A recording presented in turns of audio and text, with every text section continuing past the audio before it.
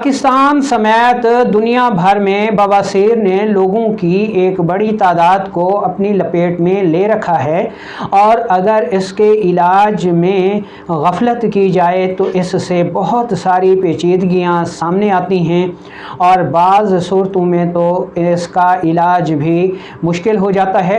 अस्सलामु अलैकुम वरहमतुल्लाहि वबरकातुहू। लाखों करोड़ों दरूद व सलाम हज़रत मोहम्मद मुस्तफ़ा सल्लल्लाहु अलैहि वसल्लम पर, आपकी आल पर और आपके असहाबा पर। मैं हूं आपका मेज़बान हकीम लियाकत अली खिची और आप देख रहे हैं हमारा यूट्यूब चैनल हकीम लियाकत खिची और मौजू है हमारा आज का जी बवासीर, खूनी बादी, इसके असबाब, इसकी अलामात और इसका असूल इलाज आज हम इंशाअल्लाह तफसील के साथ आपको बताएंगे। तो अपने टॉपिक की तरफ बढ़ने से पहले आपसे गुजारिश है कि अगर आपने हमारा ये चैनल सब्सक्राइब नहीं किया तो जल्दी से इसे सब्सक्राइब कर दें और साथ लगे घंटी के बटन को भी दबा दें ताकि तिब व सेहत के मौजू पर हर नई आने वाली वीडियो आपको सबसे पहले मिलती रहे। तो दोस्तों, बवासीर जो कि अमराज़ मक़द में से एक बीमारी है और बहुत ही पेचीदा, शर्म वाली और परेशान कुन बीमारी है।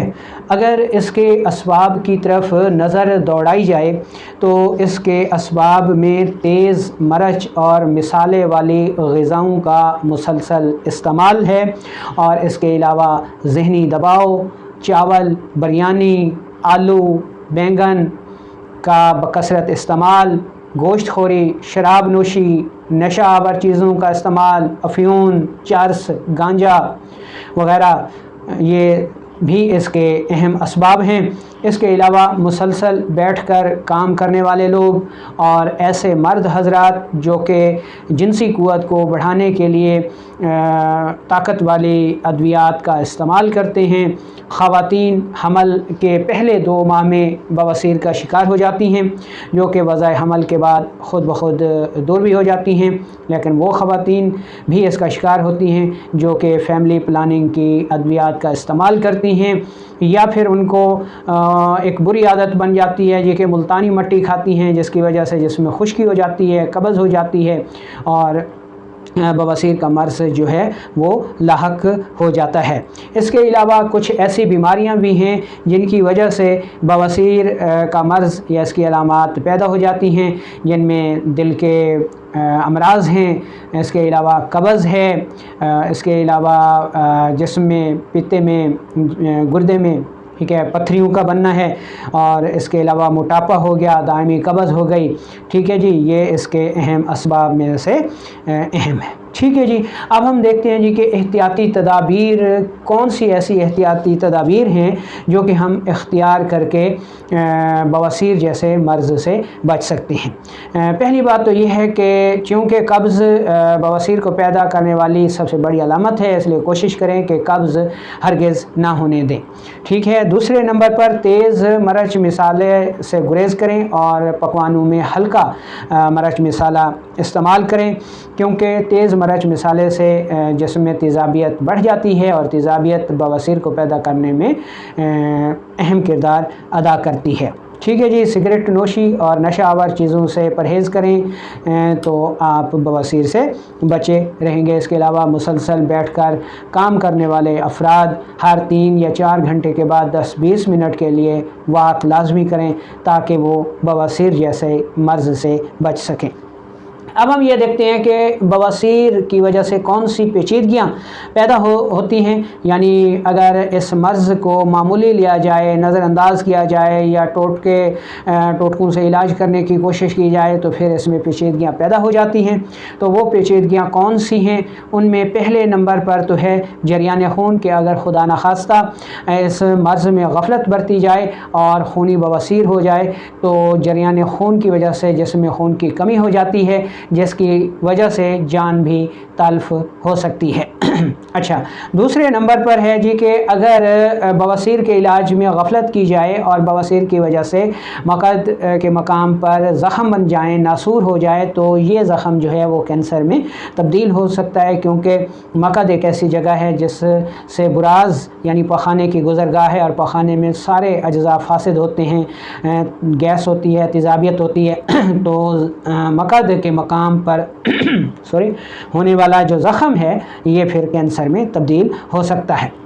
अच्छा, ये मर्ज़ अगर इसके इलाज में गफलत बरती जाए तो ये मर्ज़ मौरूसी तौर पर भी औलाद में मुंतकिल हो सकता है। यानी एक ऐसा शख्स जो कि बवासीर के इलाज में गफलत करेगा, अगर उसकी औलाद होती है तो बवासीर का मर्ज़ मौरूसी तौर पर उसकी औलाद में मुंतकिल हो जाएगा। इसके अलावा अगर बवासीर के मर्ज़ को हल्का लिया जाए, गफलत की जाए, तो ये मर्दों के स्पर्म्स और औरतों के ओवम को तबाह करके उनको बांझपन का शिकार बना देता है। ठीक है जी।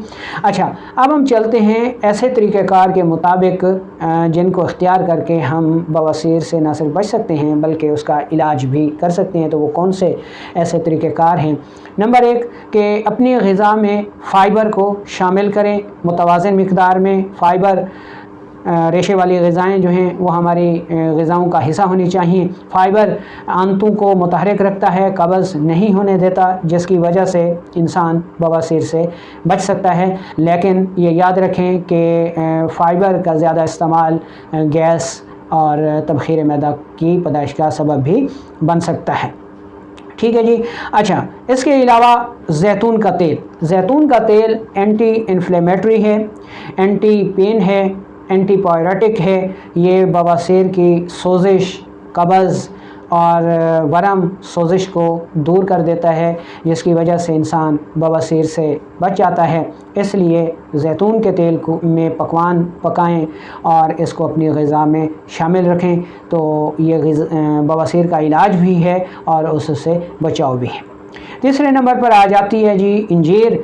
इंजीर जन्नत का फल है और बवासीर को दूर करने में सानी नहीं रखता। इसका बुनियादी काम जो इंजीर का है ये कब्ज़ को दूर करना है, आंतों को मुतहरिक करना है, फासिद मादों का अखराज है, जिसकी वजह से तेज़ाबियत जिस्म में नहीं रुकती और कब्ज़ नहीं होती, जिसकी वजह से इंसान बवासीर से बच जाता है।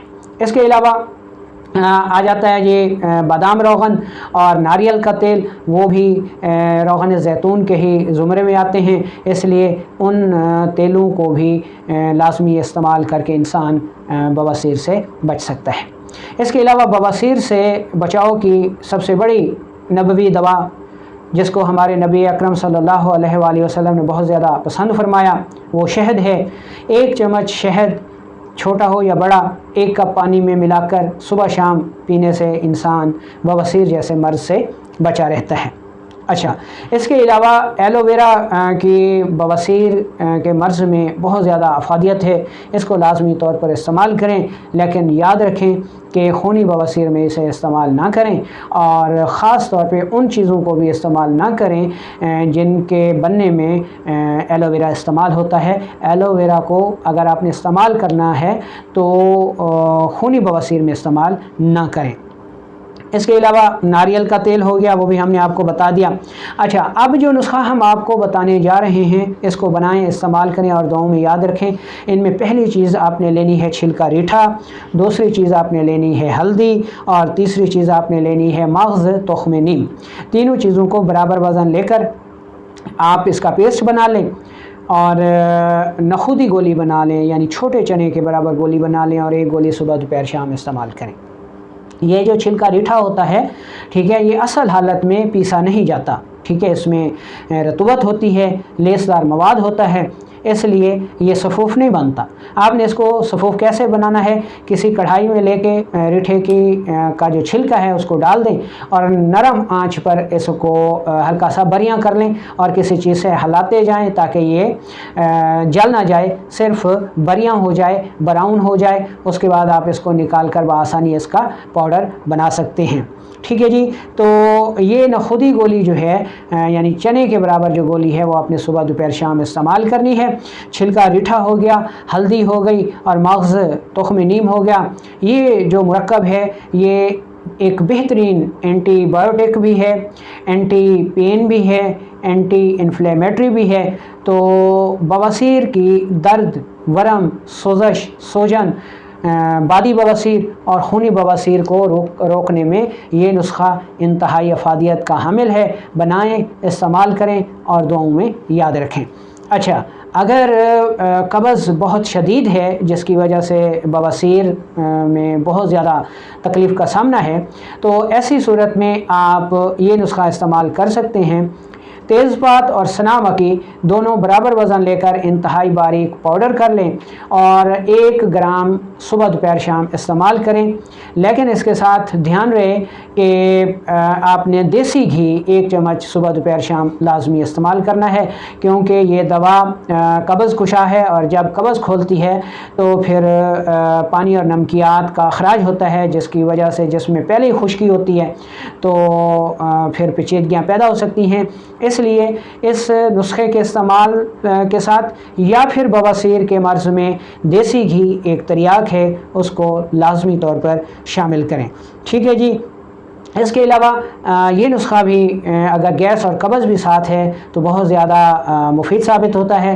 इसमें सूंड आपने 5 तोला लेनी है, हल्दी आपने 2 तोला लेनी है और काली मिर्च आपने 1 तोला लेनी है और इसका पाउडर बना लें। 1 ग्राम सुबह दोपहर शाम इस्तेमाल करें तो इंशाअल्लाह ये दवा भी बवासीर में बहुत ज़्यादा मुफीद साबित होती है।